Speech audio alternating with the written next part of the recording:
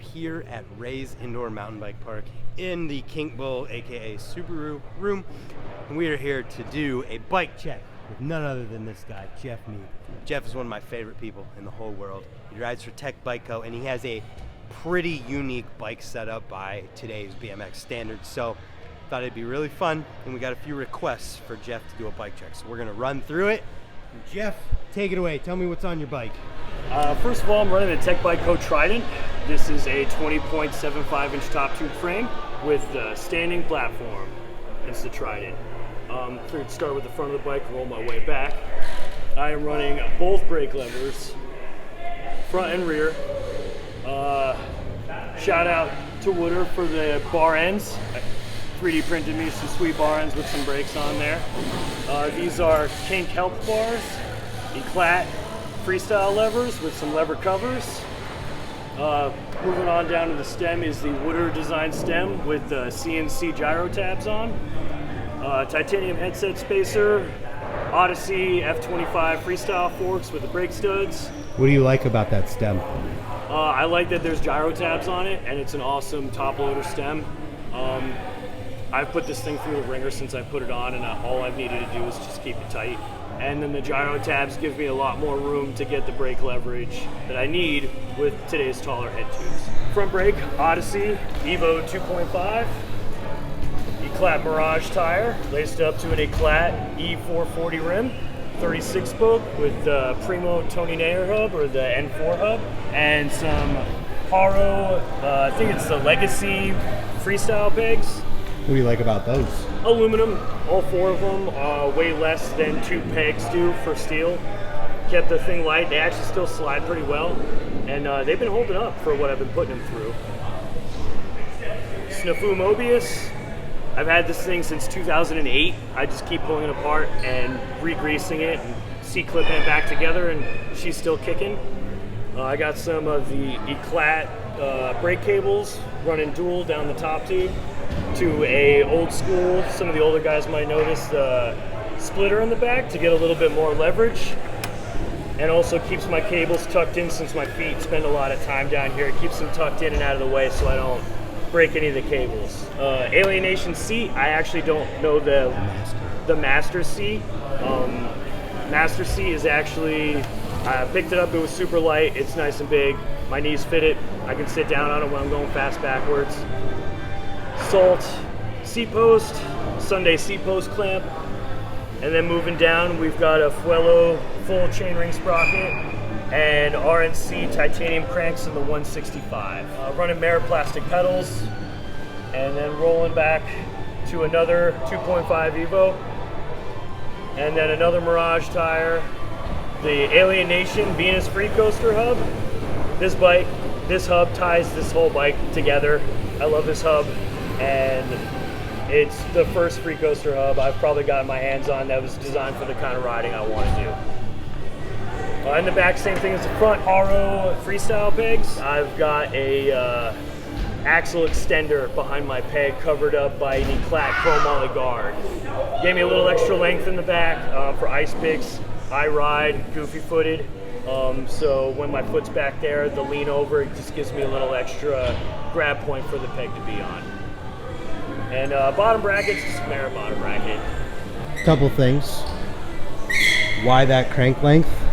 I ran shorter cranks because I've got size 10.5 feet, and I didn't want my foot in the back to be anywhere near my pegs, so I shortened them up a little bit. And also for being goofy-footed, doing like certain lip tricks, it helps having my feet a little bit closer together than further apart. Helps stick the leverage point a little bit more for ice picks. And two Boletos. I got the Presta valves. Fun fact, the Presta valves are a little bit easier to fill up, especially at home if you're using a hand pump. The Prestas the valve seems to be mounted a little bit nicer inside there, and then I'm running an aluminum Presta valve adapter in the rim. Any brake pad preferences? I've got a pair of $12.99 specials from the bike shop in the back that work awesome. In fact, I went back and got a handful of pairs of those just because they've been doing real good. And in the front right now, I've got a smoked set of Odyssey pads. I do clear in the front because I don't do nose manuals when I do nose pick tricks. I want my wheel to just dead stop.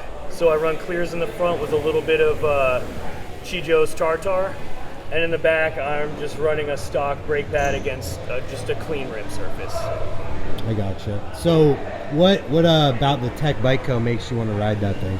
So this thing's awesome because growing up riding flatland and mixing a lot of flatland in my riding, not only is the standing platform nostalgic, but it has a purpose for a lot of the stuff that I like to do, and it's made me a little bit more creative trying to figure out what to do on it.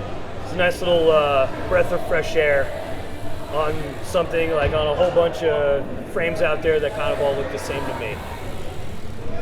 That's fair.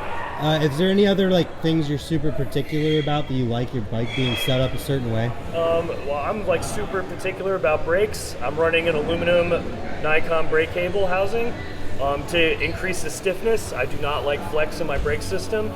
And in the back, these Eclat cables are the compressionless style, and it's just meant to keep it as rigid as possible because I don't like it when my levers pull too close to the handlebars. This crossbar pad I modified and sent the gyro cables through it because it keeps them from tapping.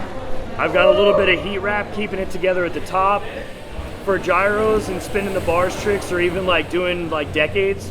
I wanted to keep everything nice and tight along the front, but still have enough room to move freely if I ever took a digger or put my foot against it or take a crash. So shrink wrapped the cable until it went into the pad, and then snip 2 pieces out of the tab to keep the cables moving the way I wanted to. I got you. And then a couple of cable routers just to keep everything neat and tidy up in the front. Why the front hub? Is there a reason for that? I like that the spokes are laced on the inside.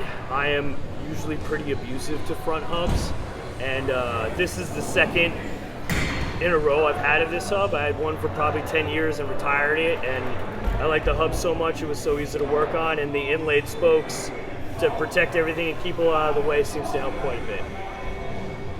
Yeah, you definitely have a super unique bike. Is the tie crank something? I mean, that's relatively new for you. Are you going to keep those going? It is. It took a full pound off of my bike to begin with, and that was like game changing, especially when you're running as many freestyle accessories as I have on my bike. So taking a full pound out of the middle of the bike from what I was running before was a drastic improvement. Nice. So is there anything to talk about or that we missed about your bike, man? I don't think so. Everything seems to be gonna keep it rolling as best as I can, and hopefully any changes, you'll see on the Instagram. Did we miss the grips? Did we say the grips? These are just Odyssey grips. I picked them up literally just before this trip. I just wanted a fresh pair of grips on before I went and rode with my friends, and keeping the acid green kind of look going on the front end. Maybe it'll spread a little bit further later. Depends on what I find, what I like. Cool, man. So where can people find you on the internet? I am at Geoff_Meade_BMX on Instagram. And that's Jeff's bike. Super unique bike. Does a lot of really awesome tricks. So we're going to continue our session, and you should check him out online. Thanks for watching. Thanks, Geoff. Boom. Hopefully we'll see you tomorrow. Do it! You didn't do it. Oh.